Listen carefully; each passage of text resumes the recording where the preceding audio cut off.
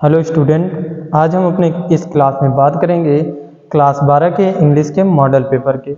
अभी हम अपने इन सभी क्लासों में मॉडल पेपर के, चाहे वो 2024 का सेट 1 हो चाहे 2024 का 2 हो, उनके जो सेक्शन सी होते हैं, ग्रामर पोर्शन जो होता है, उसको हम इन क्लासों में सॉल्व करवाएंगे।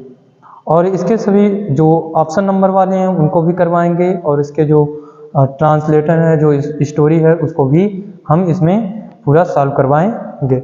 बस आप हमारी इन क्लासों को लगातार देखते रहिए और हम सभी मॉडल या जो सेट वाइज पेपर हैं उनको हल करवाने की कोशिश करेंगे। आते हैं यहाँ पर, शुरू करते हैं। जैसे यहाँ पर दिया हुआ है सेक्शन सी। सेक्शन सी में क्या होता है, पहले वाले ऑप्शन में पूछता है हमारा वन वर्ड सब्स्टिट्यूशन। जैसे 4 नंबर क्वेश्चन लिखा है, choose the correct option to answer the following question. उसमें जो ए नंबर होता है उसमें वन वर्ड सब्स्टिट्यूशन पूछता है, और दूसरे वाले में बी वाले ऑप्शन में फ्राज पूछता है, और तीसरे वाले में सी नंबर में जैसे आप देख सकते हैं सिनोनिम्स पूछता है। ठीक है, और डी नंबर में क्या पूछता है, डी नंबर में दिया है he is member of an unique. इसमें करेक्शन पूछता है कि भैया क्या गलत हुआ है। जैसे ये दिए हैं, आप हम सभी यहाँ से लेकर 4 नंबर से लेकर 6 नंबर तक आपको पूरा सॉल्व करवाएंगे, और एक एक विकल्प भी बताएंगे कि आखिरकार कौन इसमें बिल्कुल राइट है। जैसे आते हैं, शुरू करते हैं। सबसे पहले दिया है 4 नंबर का ए ऑप्शन दिया, one who looks at the dark side of thing is called. मतलब जो दुखी दिखता है वो, उसे इंग्लिश में क्या कहते हैं। एक ऐसा व्यक्ति जो बिल्कुल सैड वस्तु की तरह दिखता है, उसे क्या कहते हैं, उसे कहते हैं पेसिमिस्ट। क्या कहते हैं, पेसिमिस्ट। इसका जो ऑप्शन नंबर है वो 4 सही है। तो उसके बाद बी नंबर में पूछ लेता है, फ्राज है, पूछता है पिक होल्स। इसका मतलब क्या होता है, पिक होल्स का मतलब होता है किसी की गलतियां ढूंढना। तो इसका ऑप्शन नंबर भैया हो जाता है ए, या क्या है ऑप्शन, फाइंड फॉल्ट विथ, ये ऑप्शन हो जाएगा।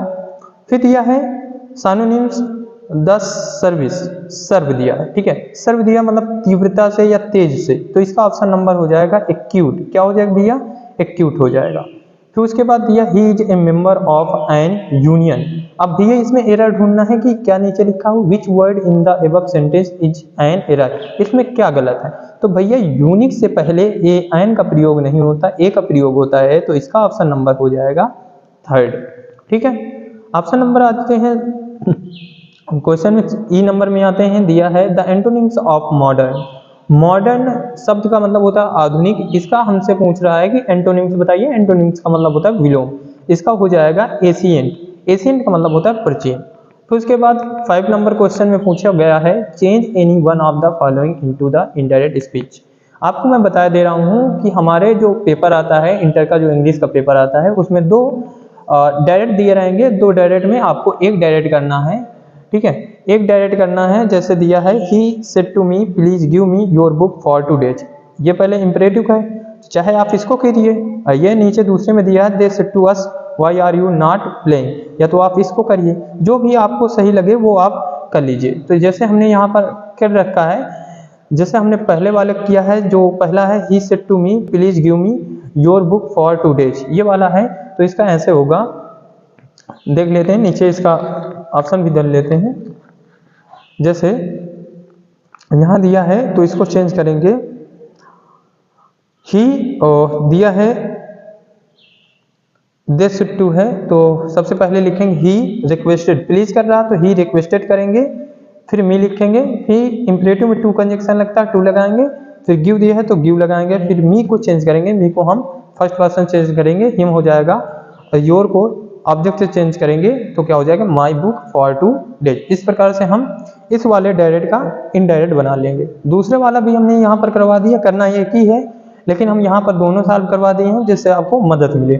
ठीक है, जैसे यहाँ पर दिया है they said to us why are you not playing, तो इसका जो इनडायरेक्ट होगा they asked us why we were not playing, इसका ये ऑप्शन हो जाएगा।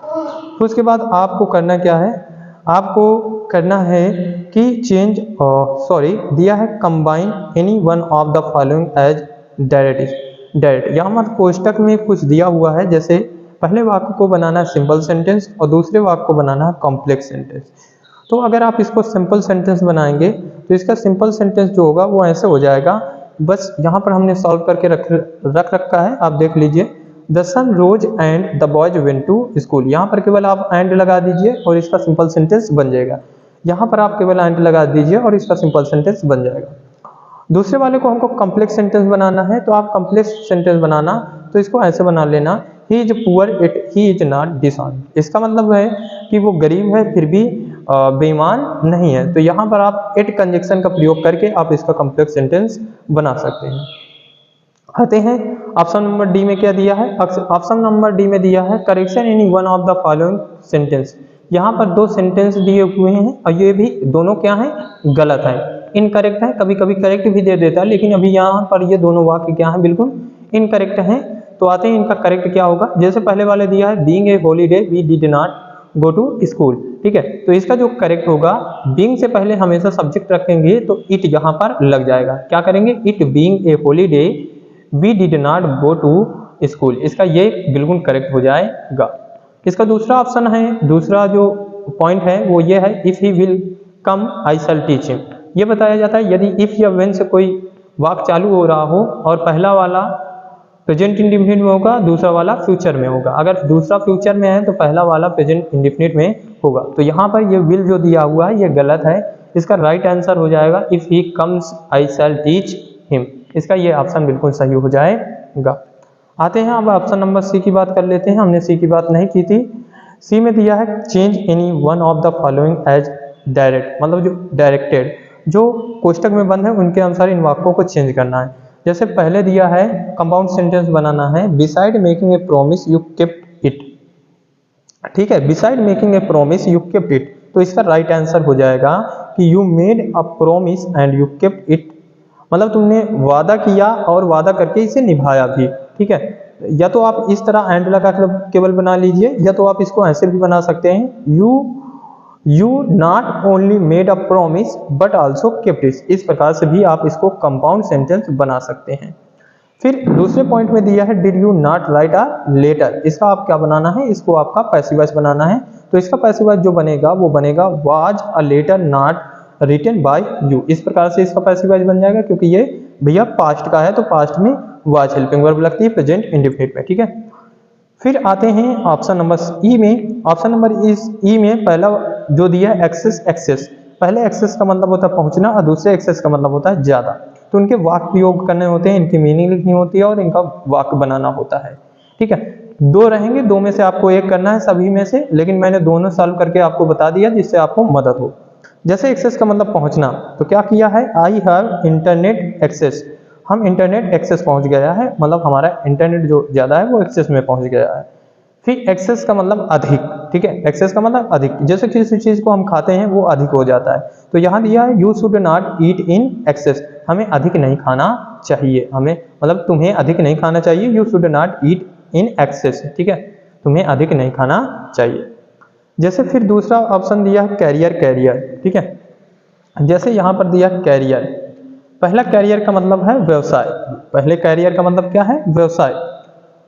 ही रैन इन फुल कैरियर, इसका यह हो जाएगा। दूसरा कैरियर वाहक होता है या बोझा ले जाने वाला होता है, तो इसका यह हो जाएगा the airline is the nation's largest carrier. अगर आपको कोई वाक्य आता हो तो आप उसको भी बना सकते हैं, ठीक है। यहाँ पर ये नहीं कि मैं जो बना दिया है वो आप लिखिए, आपको अगर आता भी है तो आप वो भी कर सकते हैं, ठीक है। और यहाँ पर जैसे हम बात कर लें, यहाँ पर स्टोरी दी हुई है ये इतनी बड़ी, अगर हम इसको ऐसे सॉल्व करवाते तो आप ज़्यादा वीडियो बड़ी हो जाती, आपको भी दिक्कत होता। तो हम इसको बता दे रहे हैं, हमने यहाँ पर पहले ही सॉल्व कर ली है, आपको हम पॉइंट वाइज बता दे रहे हैं। जैसे यहाँ पर स्टोरी हमने रख रखी है, जैसे प्राचीन काल में विक्रमादित्य नाम का एक राजा इस देश में राज करता था, ठीक है। तो क्या लिखा है, इन Asian times a king named Vikramaditya ruled this country. हो गया इतना, वह बहुत न्यायी राजा था। He was a very just king, ठीक है, ये हो गया।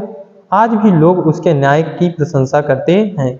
इवन टुडे, आज भी की मीनिंग क्या होती है, even today people praise his justice, इतना हो गया। फिर कह रहे हैं कि एक दिन कुछ लड़के एक गांव के पास एक जंगल में खेल रहे थे। One day some boys were playing in a forest near a village. ये इसके आप अर्थ समझिए, ये भी जानिए कि कौन से टेंस का वाक्य लिखा हुआ, उसके आधार पर आप इसका ट्रांसलेट कर दीजिए। जैसे यहाँ पर ये जो हमने अभी बताया है one day some boys were playing in a forest near a village, या जैसे पास्ट कंटिन्यूअस का लिखा है तो आप उसके अनुसार उसको बना सकते हैं अच्छी तरह से, ठीक है।